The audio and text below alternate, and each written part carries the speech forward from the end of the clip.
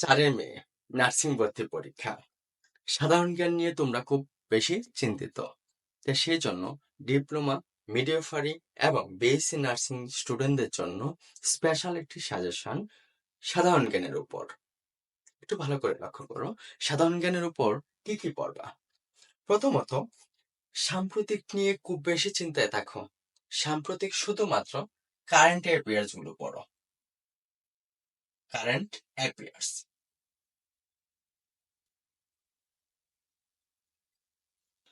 কোন মাসের current affairs গুলো পড়বা একটু ভালো করে লক্ষ্য করো। জানুয়ারি থেকে এপ্রিল মাস পর্যন্ত পড়লে তোমাদের এটা কত সালের? অবশ্যই 2024 সালের জানুয়ারি থেকে এপ্রিল মাস পর্যন্ত পড়লে সাম্প্রতিক সবগুলো কমন পাবা। তারপরে আসে হচ্ছে বাংলাদেশ বিষয়াবলী। বাংলাদেশ বিষয়াবলীর জন্য তোমাদের হাতে অনেক ধরনের বই আছে। বাংলাদেশ বিষয়াবলীর জন্য তোমাদের হাতে অনেক বই আছে। বিষয়াবলী আমি খুব ছোট আকারে দিচ্ছি, তোমরা একটু ভালো করে লক্ষ্য করবা। তোমরা অনেক ধরনের বই পড়ছ, এত বই পড়া দরকার নেই। আর আন্তর্জাতিক টোটালি বাদ দিয়ে দাও। তোমাদের নার্সিং ভর্তি পরীক্ষায় আন্তর্জাতিক থেকে একটা বা দুইটা প্রশ্ন আসে, আর 1-2 নাম্বার তোমার তো চান্স পাওয়া দরকার। তোমার পজিশন নেওয়া দরকার নেই। আর যাদের পজিশন নেওয়া দরকার আছে তারা অবশ্যই সব পড়বা। এখন এত মোটা একটা বই আন্তর্জাতিক পড়লা, সেজন্য কমন পাবা কত? 1 থেকে 2 নাম্বার বা সর্বোচ্চ 3 নাম্বার হতে পারে। প্রশ্ন যদি অধিক কঠিন করে তো সেক্ষেত্রে 3টা প্রশ্ন আসবে। তো এই 3 নাম্বারের জন্য এত পড়া তো দরকার নাই, বাদ দিয়ে দিই আমরা। ওকে, আচ্ছা।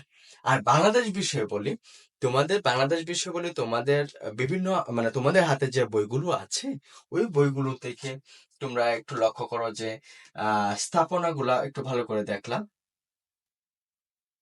স্থাপনা আছে, সংবিধান আছে। আমি মূল বিষয়গুলো বলছি। এরপরে হচ্ছে আমাদের আরেকটা সবচেয়ে গুরুত্বপূর্ণ বিষয়, মহান মুক্তিযুদ্ধ। মহান মুক্তিযুদ্ধ এই বিষয়টা এখান থেকে সর্বোচ্চ 5টা বা 6টা নাম্বার কমন পড়বেই। শেখ মুজিবুর রহমান যদি পড়ো তাহলে 2-3 নাম্বার কনফার্ম কমন পাবা। এরপর হচ্ছে ভাষা আন্দোলন ভিত্তিক গ্রন্থাবলী, মুক্তিযুদ্ধ বিষয়ক গ্রন্থাবলী, ভাষা আন্দোলন ভিত্তিক নাটক, হ্যাঁ, গল্প আছে, কবিতা আছে, হ্যাঁ, উপন্যাস আছে। এরপর চলচ্চিত্র আছে। মুক্তিযুদ্ধ ভিত্তিক চলচ্চিত্রগুলো অবশ্যই পড়বা। আর মহান মুক্তিযুদ্ধের ভিতরেই সবগুলো আসতেছে। 1948 সাল থেকে 1971 সাল পর্যন্ত টোটাল যে কাহিনীগুলা ঘটেছিল, সেক্টর আছে, বিশিষ্ট আছে, এই সবগুলা কিন্তু এখানে এসে যাচ্ছে। তো এই বিষয়গুলো একটু ভালো করে লক্ষ্য করবা। আর সংবিধান থেকে তো একটা প্রশ্ন কনফার্ম থাকবে, স্থাপনা থেকে একটা প্রশ্ন থাকবে। এরপরে পাশাপাশি আরো পড়তে পারো দিবস, আন্তর্জাতিক দিবস এবং বাংলাদেশের যে দিবসগুলো আছে ওইগুলো। এছাড়া হচ্ছে খেলাধুলা পড়তে পারো। খেলাধুলা থেকে একটা প্রশ্ন থাকবেই, বিশেষ করে আমাদের বাংলাদেশে ক্রিকেট থেকে একটা প্রশ্ন কনফার্ম থাকবে।